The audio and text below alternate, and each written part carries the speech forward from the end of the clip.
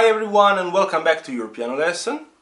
If you are here for the first time, I am Gianluca Fronda, your piano teacher.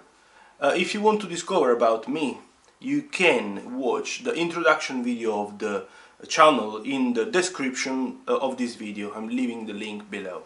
And you can also find the link for my artistic channel. Now let's go to our lesson. Today it's time to play the bells ring out and the sharp sign, to discover the sharp sign on page 11 of this time John Thompson's Easiest Piano Course Part 2.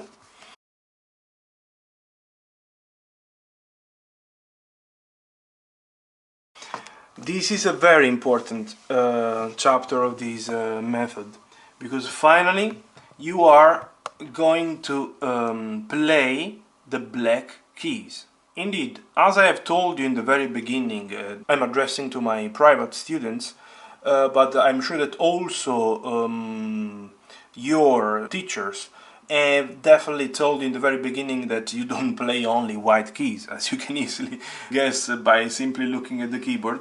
It's time to finally play one black key, and in this specific case we are going to play the F sharp. You see this red guy has a flag and is showing you, hey, this is F sharp, yeah, I am F sharp. Obviously you can read on the book.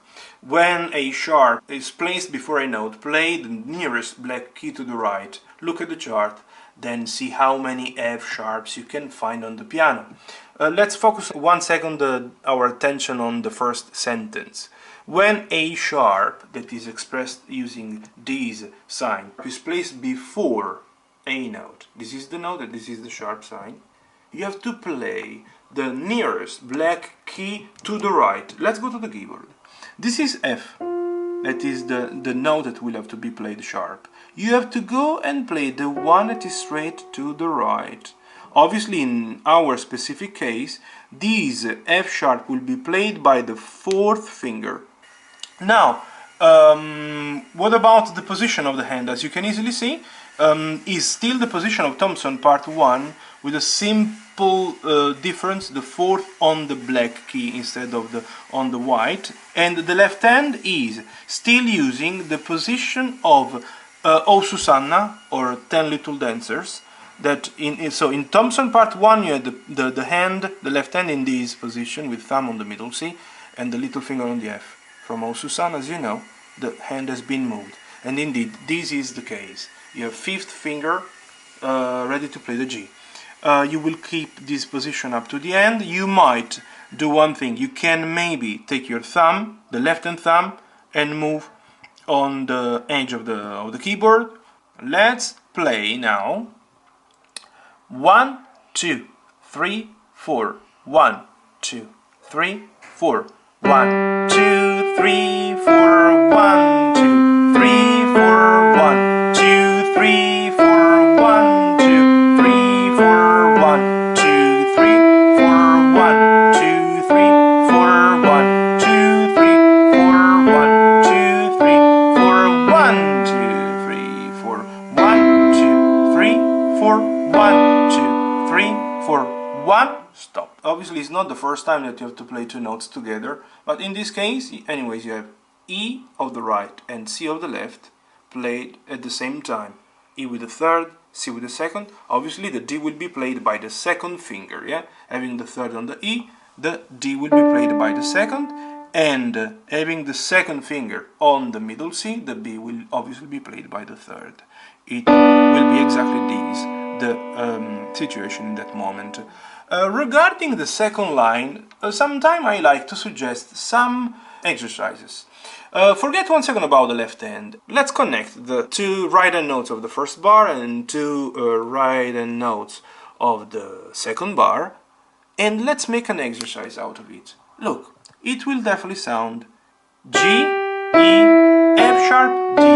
Try to practice a little bit, because if you pay attention 1 second, you will notice that the second line, in the second line, the right hand is playing only G and E and F sharp and D. G and D, F sharp and D. It's a simple pattern that you play twice. So this is the exercise that I'd like to suggest you for the right. Just to wake up the fourth finger, since it has to play the black key. And regarding the left hand, what can you do? The same thing. As you can see, you have C and A and B and G. C and A again, and B and G. Obviously, you have to consider also the first bar of the first note, and obviously first bar of the following line. And the exercise will be this one. It's just to practice it's a kind of warm-up exercise, yeah? And all together, the second line will sound 1, 2, 3, 4, 1, 2, 3, 4, 1, 2, 3, 4, 1, 2, 3, 4.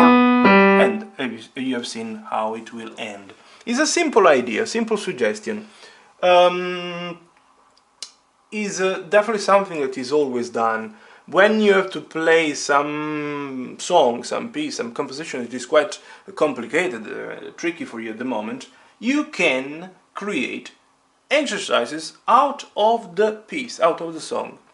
This is my idea. I'm sure that if you have a private teacher, he will will give you some good ideas, will have some good suggestions for you. Anyways, if you have any question, feel free to comment and I will be happy to help. Don't forget to subscribe to the channel. Thank you very much for today.